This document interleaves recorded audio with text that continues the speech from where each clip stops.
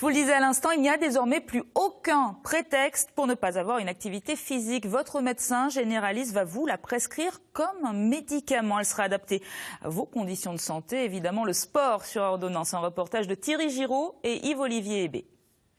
Réduire la mortalité, les coûts des traitements et augmenter l'espérance de vie, ce sont les principaux objectifs du sport sur ordonnance, une mesure gouvernementale qui prend effet ce mercredi. Le principe, le médecin prescrit la pratique d'un sport adapté aux patients, avec son accord bien sûr. Dans cette salle de sport, cette démarche est bien accueillie, même si des interrogations demeurent. On est capable vraiment, en fonction d'une ordonnance, on a des années d'expérience par rapport à ça et on est capable, par rapport aux pathologies de chacun, de s'adapter et de proposer un programme vraiment personnalisé à chaque individu.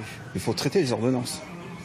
Donc la prise en charge aussi, comment ça va se faire au niveau de la sécurité sociale, est-ce qu'il va y avoir du 100%, est-ce qu'un abonnement mensuel comme là peut être pris en charge de moitié ou totalement par la Sécu?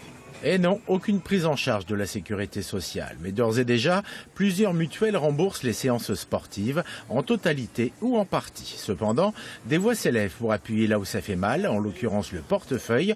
Pour ce médecin du sport, cette nouvelle loi implique de disposer d'éducateurs formés. Cela a un coût que certains clubs ou associations ne pourront pas assumer.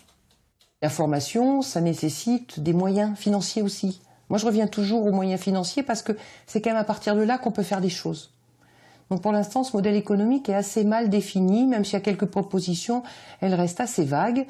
Et sur le plan pratico-pratique, sur le terrain, c'est pas si simple que ça. Le sport sur ordonnance est réservé aux patients atteints d'affections longue durée, des pathologies souvent lourdes qui demandent un accompagnement bien étudié. Reste à savoir aussi si elle sera financièrement viable.